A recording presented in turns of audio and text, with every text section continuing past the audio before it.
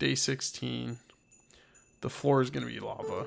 So we have to basically create lava with beams of light, figuring out how many things are energized with the mirror configuration, and then figure out what the optimal or the entry point, depending on if it enters from top, left, right, which one produces the most amount of energized squares. An energized square is considered if the beam passes through it. So the way that we're going to do this is each pipe, dots are just empty spaces, but each character, so there's a dash, a pipe, and then these two forward backslashes, they each indicate something depending on the direction you're coming from. And so as you can see here in this diagram, if we run from, like, let's say left to right, and we hit this kind of pipe, we split it going up and down. And then if we going up and down and we hit this dash, you split it going left and right. So we want to know how many of those are energized. There's kind of a representation of what's been energized. So there's a couple different ways we could do that, but I chose to track that in a map just because I find that the keys are easier to handle, and then we could add more data structures with it. Alternatively, we could have just like pre-populated some sort of like slice or with empties, and then maybe turn them on as we process them, or we could use some sort of struct. That's also possible, but a map worked just fine. The benefit with a map is that you do get pretty fast lookups, although XY index lookups are pretty fast, but I could also do more with it, and I'm only going to fill up what's actually used. Downside is I was using strings as keys, so there's some data footprint from that. So let's talk about part one. So the implementation in part one, pretty straightforward. We took a grid and we would create a beam across that grid. And the rule for part one is that you always started at 0, 0 and you were headed in the direction right. And then there was a map that was created to track these things. So if we'll skip past part two for a second, if we look at our beam function, we just had some gating exits. So if we exceeded off the map, we would just return and we wouldn't do anything. If that wasn't true, then we would go through this for loop, and we wanted to check our map because we're using our map for two purposes. One was to check how many keys were, or how many cells were energized, or how many XY positions were energized. And then the second part was, if we ran into a situation, if we go back to this example here, if we ran into a situation like this, right here would be a great example. We would have gotten to an endless loop if we resplit this every time. If you look at the red track, we're constantly going back to this beginning position.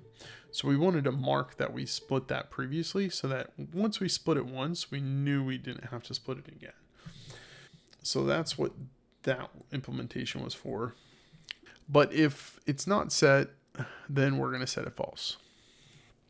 This can be removed. This was just for debugging and troubleshooting. I ran into some issues. Let's talk about the directions. So then based on the direction, I chose to just use a recursive function. So refiring the beam instead of changing XYs. I thought it would be easier to think about in this way. So I decided to just repoint the beam using a recursive function. Since we're not actually modifying the grid, we could just pass it around. And since the map is essentially acts as a pointer inside Go, we can pass it around and modify it in multiple functions. In theory, we could do this concurrently, but we would just need a concurrent map instead of a regular map, just so we don't run into read-write concurrency. But it wasn't necessary for this problem. So really, we just go through a set of steps. I won't bore you with all the details, but if we're headed right, we look for a couple of conditions, and depending on those conditions, we redirect the beam. If we don't meet those three conditions, then we just keep moving forward with the Y in that direction. Same thing with left, up, and down. And then I just have a default in here to panic that we messed up. If ultimately we loop through and again we find ourselves outside the boundary, we return. And so this will allow us to call beam as many times as necessary to get through and change our direction, and it kind of simplifies our function. So part 2 is just a continuation on part 1. The difference is here is that we had to figure out which one was the optimal entry point. In part 1, we were entering just from the top north.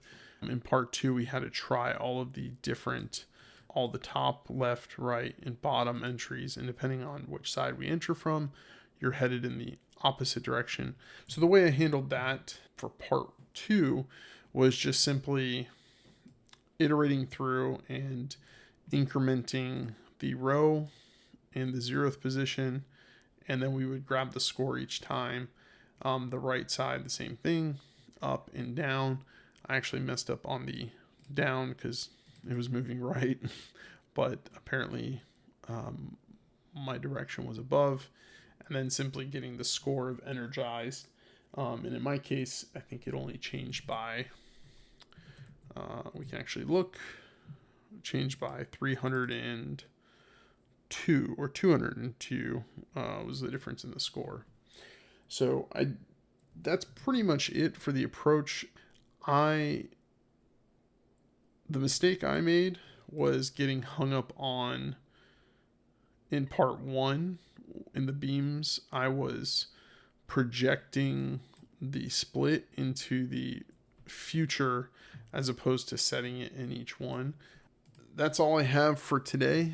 As always, I hope you like the content. If you learned something, please like and subscribe.